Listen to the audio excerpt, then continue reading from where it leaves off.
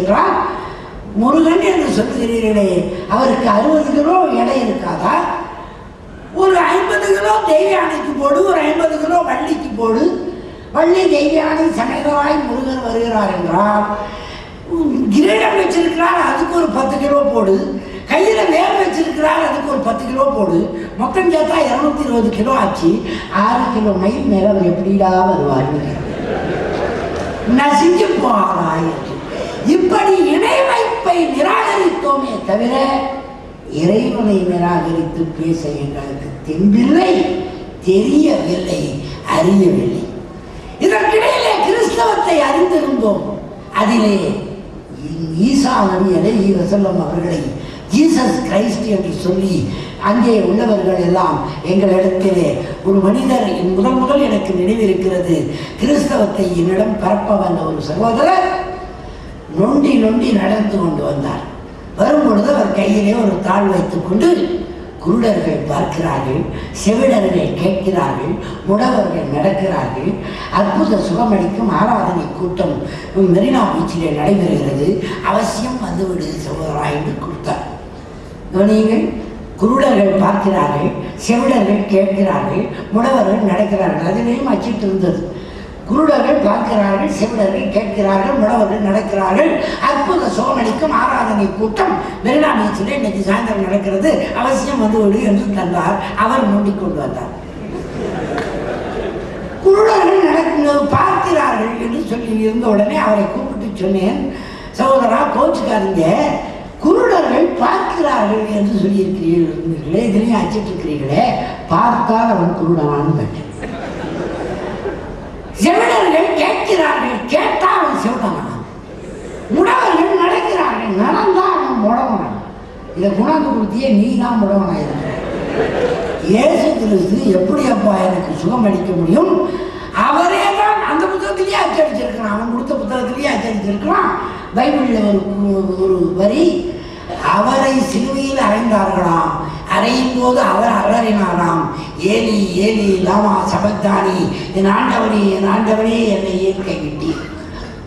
அவரே ஆண்டவனை தேடியிருக்கிறார், இவர் அவரை ஆண்டவன் என்று எங்களுக்கு தந்து விடுவார். இதை நாங்கள் நிராகரித்தோம். இதுதான் எங்கள் நாத்தியம். இணை வைப்பை நிராகரித்தோம், இறைவனை நிராகரிக்கவில்லை. ஏன் நிராகரிக்கவில்லை? அறியவில்லை. இன்றைக்கு நான் இறைவனை நிராகரிக்கவில்லை, ஏன்? அறிந்திருக்கிறேன். இதுதான் நாத்தியம்.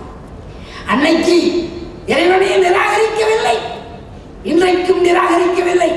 அன்றைக்கு அறிந்திருக்கவில்லை, இன்றைக்கு அறிந்திருக்கிறேன். எப்படி அறிந்தேன்? எதை அறிந்தேன்? ஏன் அறிந்தேன்? எவ்வளவு அறிந்தேன்?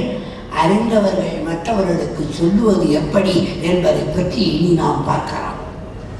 பெரியாரை 1923 வரலாற்றிலே முதல் முறையாக, அவர் பிறந்தது 1879, மின்சாரம் கண்டுபிடிக்கப்பட்ட ஆண்டும் பெரியார் பிறந்த ஆண்டும் ஒன்றுதான். உலகத்திலே ரெண்டும் ஒளி தந்தது. எங்கள் நாட்டிற்கு ஒளி தந்தவர் அவர். அந்த பெரியார் பிறந்தார், வளர்ந்தார். 1919 ஜாலியன்வாலாபாக் படுகொலை நடந்த போது கப்பலோட்டிய தமிழர் வ.உ.சி.யாலே நெருக்கமாக நண்பராக இருந்த காரணத்தினாலே அழைத்துச் செல்லப்பட்டு சூரத் மாநாட்டிலே பங்கேற்றார். சும்மா மாநாட்டை பார்க்க போனவரை தமிழ்நாடு காங்கிரஸ் தலைவராகிட்டாங்க. அப்பவே அப்படித்தான். சும்மா முதல் முறையா சும்மா பார்க்கறதுக்கு போனவரை பிடிச்சி போட்டாங்க தமிழ்நாடு காங்கிரஸ் தலைவர். ஏன்னா அவர் பணக்காரராக வசதியாக இருந்தார், நல்ல அவனின் பேச்சாளராக இருந்தார் என்பதற்காக போட்டார்கள். ஆனால் 1923 காங்கிரஸ் சார்பிலே ஒரு மாநாடு நடைபெறுகிறது கேரளாவிலே ஒரு பகுதியிலே. தீயர்கள் என்ற சமூகம் அங்கே இருக்கிறது, புலையர்கள் என்ற சமூகம் இருக்கிறது.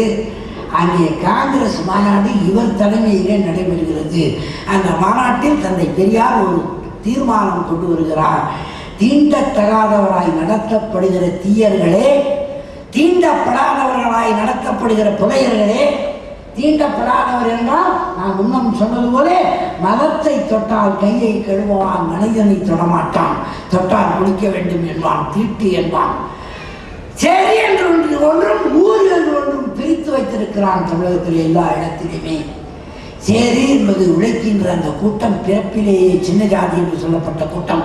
எப்படி சின்ன ஜாதி என்றால் பெரிய ஜாதி கடவுளின் தலையில் படைக்கப்பட்டது. அதற்கு அடுத்த ஜாதி கடவுளின் தோளில் படைக்கப்பட்டது, தோளில் இருந்து படைக்கப்பட்டது.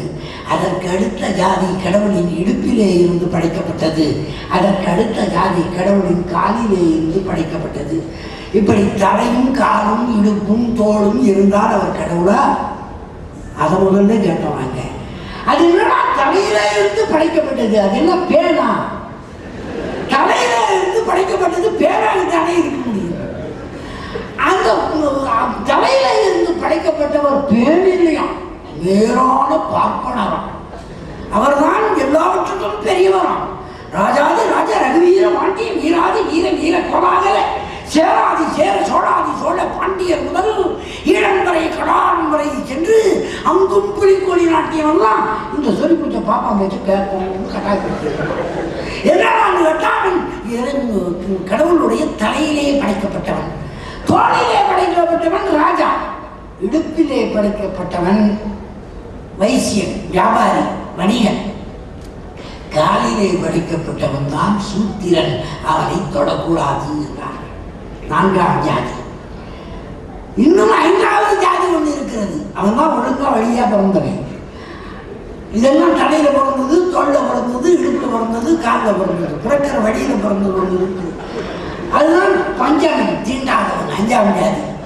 இப்படியெல்லாம் சொல்லிக்கொண்டிருந்த அந்த சமூகத்தில் தீயர்களும் புலையர்களும் கூடியிருந்த மாநாட்டில் 1923 பெரியார் ஒரு தீர்மானத்தை கொண்டு வருகிறார்.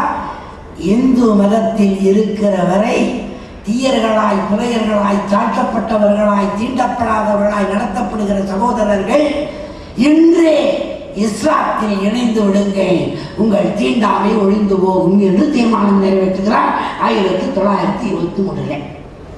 உடனே அந்த மேடையிலேயே 10 பேர் கனிமா சொல்லி மாறுகிறார்கள். வெளியேயும் 60-70 பேர் மாறிவிட்டார்கள். மாறிய பிறகு ஒவ்வொருவரும் அப்துல்லா, பிர்தௌசி, சுலைமான் என்றெல்லாம் பெயர் மாற்றிக் கொள்கிறார்கள். அன்றைக்கு மாலையே ஒரு சம்பவம் நடைபெறுகிறது. 1923 திருவாங்கூர் சமஸ்தானத்தில் அதை சார்ந்த ஒரு பகுதியிலே ஒரு பெரிய சம்பவம் நடைபெறுகிறது. இந்த தீர்மானம் நிறைவேற்றப்பட்டது. அங்கேயே களிமா சொல்லிவிட்டார்கள். வெளியேயும் ஒரு 60 பேர் ஆகிவிட்டார்கள். அதிலே ஒருவர் ஒரு கடை தெருவிலே போய் ஒரு இடத்திலே சாமான் கேட்கும்போது முதல்ல அவர் தீயராக இருந்தவர், அதாவது தாழ்த்தப்பட்டவராக தீண்டப்படாதவராக இருந்தவர், போய் தூரமாக நின்று சாமி கொஞ்சம் மிளகா பச்சை மிளகா கொடுங்க அப்படின்னு காசு கொடுத்து கேட்கணும். இப்போ இவர் கிட்ட போய் அந்த ஆளை பார்த்து எப்பா கொடு அப்படின்னு தொட்டு கேட்டார். உடனே அந்த ஆள் இந்த ஆளை அடிச்சிட்டான். யாரு? அந்த நாயர் கிடைக்கார நாயர் மேஜாதிக்காரர் இந்த தாழ்த்தப்பட்ட தீயவரை அவர் அப்துல்லாவாகவோ ஏதோ ஒரு பெயர் வைத்துக்கொண்டு மாலிகாவோ அப்துல் மாலிகாவோ ஆகிவிட்டார். அவரை இவர் இறங்கி அடித்து விட்டார். இதை அங்கே பார்த்து கொண்டிருந்த வேறொரு முஸ்லீம், ஏண்டா நாயிண்ட மகனே, ஏண்டா அவனை அடிச்சேன்னு சொல்லி அவனை போட்டு அடிக்க அன்றைக்கே ஒரு கலவரம் வந்து 6 பேர் இறந்து போய்விட்டார். மிகப்பெரிய கலவரம். இந்த கலவரத்தை பற்றி திருவாங்கூர் சமஸ்தானத்தில் அன்றைக்கு இருந்த திவானாக இருந்த சர் சி.பி. ராமசாமி ஐயர் அரசருக்கு தெரிவிக்கிறார். இன்னும் அந்த பிரிட்டிஷ் அரசுக்கும் தெரிவிக்கிறார். இது ஜாதி சண்டை எல்லாம் இல்லை, மதம் மாறிய விஷயம் எல்லாம் இல்லை, ஏதோ கொடுக்க வாங்கல முன்விரோத சண்டைன்னு எழுதிட்டார். அப்பொழுது பெரியார் மறுபடியும் இல்லை, இது இஸ்லாமியர் ஆனதனாலே நடந்த கலவரம் என்று மறுபடியும் அங்கே மாநாடு போட்டு விளக்குகிறார். அன்றிலே இருந்து 23 இருந்து 73 வரை அவர் இறந்து போன வரை 50 ஆண்டுகள், எங்கள் சகோதர சகோதரிகளே, 50 ஆண்டுகள் அநேகமாக எல்லா ஆண்டும் இஸ்லாத்தை வலியுறுத்தியும் முகமது நபிகள் ஸல்லல்லாஹு அலைஹி வஸல்லத்தை பாராட்டி மிலாதுநபி விழாக்களிலும் அவர் பேசிய பேச்சு மொத்தம் சேர்த்து பார்த்தால் 320 பக்கங்கள் அச்சிலே வருகின்றன. அந்த அளவிற்கு பேசியிருக்கிறார். அதிலே அவர் சொன்ன மிக முக்கியமான கருத்துக்கள் என்னவென்றால் 1923 ஆரம்பிக்கிறார் இஸ்லாத்துக்கு மாறிவிடுங்கள் என்று அரசியல் ரீதியாக. அதற்கு பிறகு தேடி தேடி அலைகிறார் திருக்குரானை அறிந்து கொள்வதற்கு, நபிகள் நாயகம் ஸல்லல்லாஹு அலைஹி வஸல்லத்தை அறிந்து கொள்வதற்கு. எல்லாமே அரபி மொழியில் இருப்பதாக சொல்கிறார்கள். அது வேறு மொழியில் அவருக்கு ஆங்கிலம் படிக்க தெரியும், தமிழ் தெரியும், ஆனால் யாரும் தரவில்லை. கோபப்பட்டு ஒரு கூட்டத்திலே பேசியிருக்கிறார். அதுவும் மீலாதுநபி விழாவிலே எதுவுமே எனக்கு சொல்லாமே, என்னன்னே என்கிட்ட காட்டாமே, என்னை இங்கே வந்து உட்கார வச்சு நபிகள் நாயகம் பற்றி பேச சொல்றீங்களே, என்ன கிண்டல் பண்ணுறீங்களான்னு. எதுவுமே எனக்கு சொல்லாம, என்னன்னே எனக்கு தெரியாம என்னை கூட்டிக்கிட்டு வந்து நபிகள் நாயகத்தை பற்றி பேசணும்னு சொல்றியே, நீ பேசுறத கேட்கறதுக்கு என்னை கூப்பிட்டியா, இல்லை உண்மையிலேயே நான் பேசணும்னா எனக்கு தகவல் கொடுத்துருக்க வேண்டாமா என்று கேட்கிறார். அப்பொழுதும் கையெழுப்பு செய்கிறார்கள். இது பெரியாருக்கு நேர்ந்தது. போன வாரம் நடந்த ஒரு சம்பவத்தை சொல்கிறேன். விஜயவாடாவிலிருந்து ரயிலிலே ஒருவர் பயணித்து வந்திருக்கிறார். ஒரு இளைஞர் பக்கத்திலே ஒரு பெரிய தாடி வைத்த மரைக்காயர், ராவுத்தர், லப்பை என்றெல்லாம் தாடியை நீவி நீவி விட்டு கொண்டிருக்கிற ஒரு முஸ்லீம் பெரியவர், தொப்பியெல்லாம் வைத்து கொண்டிருக்கிறவர், தொழுகையிலே கடுமையான கடைபிடிக்கிறவராக இருக்கிற அந்த முஸ்லீம் பெரியவர் வருகிற பயணிக்கிற அந்த ரயிலிலேயே அசர் தொழுகையோ ஏதோ அதை செய்து இருக்கிறார். என்ன தொழுகை என்று எனக்கு அதில் போடவில்லை. அந்த செய்தி பத்திரிகையில் வந்த செய்தி தான். அதில் இவர் தொழுகை நடத்தி இருக்கிறார், பாயெல்லாம் விரித்து செய்திருக்கிறார். செய்யும்போது இந்த பையன் பக்கத்தில் இருந்து கவனித்திருக்கிறான். இவர் அல்லாஹு அக்பர் அப்படின்னு எல்லாம் பலமுறை தக்பீர் கட்டும் பொழுதும் சஜா செய்வதும் எல்லா இடத்திலும் மாறி மாறி அல்லாஹு அக்பர் அல்லாஹு அக்பர் என்று சொல்லி கவனித்து கொண்டே இருந்த அந்த இளைஞர் கேட்டாராம், பெரியவரே அது என்ன நீங்கள் அல்லாஹு அக்பர் அக்பர்னு திருப்பி திருப்பி சொன்னீங்க, பாபரை சொல்ல மாட்டீங்களா, ஹுமாயூனை சொல்ல மாட்டீங்களா, ஜஹாங்கீரை சொல்ல மாட்டீங்களா, ஷாஜகானை சொல்ல மாட்டீங்களா, அது என்ன அக்பரை மட்டும் சொல்றீங்க கேட்டான்.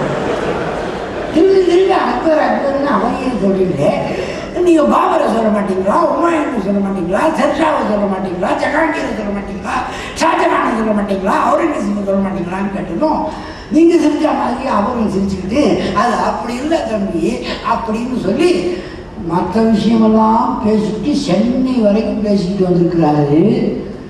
திருக்குரான்னு ஒன்று இருக்குது, இஸ்லாமில் இதெல்லாம் இருக்குதுன்னு சொல்லவே இல்லை என்று குறைபட்டு அந்த மனிதன் தினமணிக்கதற்கு கடிதம் எழுதியிருக்கிறார் அந்த இளைஞர். இது சமீபத்தில். இப்போ மீண்டும் பெரியார் இடத்துல போகும். 23 இஸ்லாத்துக்கு வாருங்கள் என்று சொல்லி அப்படி வந்தவர்களிடத்தில் கலவரமும் ஏற்பட்டு அதை எதிர்த்து போராட்டத்தை தொடர்ந்து நடத்தி கொண்டிருக்கிறவர் 1930 வரையிலே கூட அவருக்கு இதை அறிகிற ஆர்வத்திற்கு தீனி போட யாருமே தயாராக இல்லை. அப்துல் சமத் அவர்களுடைய தந்தையார் மொழிபெயர்த்த அந்த திருக்குரான் முதலிலே சில படிகள் மட்டும் எடுக்கப்பட்டு பெரிய பெரிய மௌலவிகளுக்கு அனுப்பப்பட்ட போது யாருமே அதற்கு முன்னுரை அணிந்துரை எழுதி தரவில்லை. அவர் பெரியாரை சந்தித்து அதை கொடுத்து அணிந்துரை எழுத சொன்னாராம். கையை பிடித்து கொண்டு கண்ணீர் விட்டு அழுதாராம் பெரியார். தமிழ்ல வந்துருச்சா, தமிழ்ல வந்துருச்சா, ரொம்ப மகிழ்ச்சி, ரொம்ப மகிழ்ச்சி, நீங்க நல்லா இருக்கணும்னு சொல்லி அதை வாங்கி படித்து விட்டு முன்னுரை எழுதி தந்திருக்கிறார். அந்த முன்னுரையிலே மிக தெளிவாக ஒரு கருத்தை சொல்லி இருக்கிறார். நான் என்றுமில்லாத அளவிற்கு சந்தோஷப்பட்டேன். எதற்கு? அந்த மொழிபெயர்ப்பு எனக்கு கிடைத்ததற்கு. அதை படித்து முடித்தாராம். மொழிபெயர்ப்பை எவ்வளவு அளவுக்கு தரப்பட்ட அளவுக்கு படித்திருக்கிறார். அப்பொழுது ஒரு பகுதி தான் வந்ததாம். பெரியார் எழுதியிருக்கிறார், ஒரு பகுதி முழுமையாக வரலை. அந்த ஒரு பகுதியை படித்து விட்டே ஒரு முடிவுக்கு வந்தேன் என்று அவர் சொல்லுகிறார்.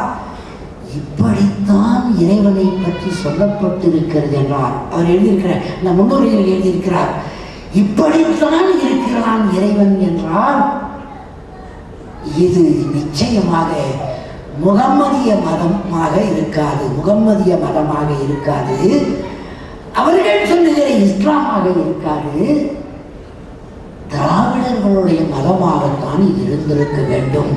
முகமது நபிகளுக்கு முன்னால் அவர் எழுதுகிறார், யாரும் பெரியார் சொல்வதை சொல்லுகிறேன், முகமது நபிகளுக்கு முன்னால் இயேசுநாதருக்கு முன்னால் ஆரியர்களுடைய கிருஷ்ணன், ராமன், பகவத்கீதை எல்லாவற்றுக்கும் முன்னால் திராவிடர்களுக்கு உரிய மதமாக இது இருந்திருக்க வேண்டும். எது? இந்த இஸ்லாம்.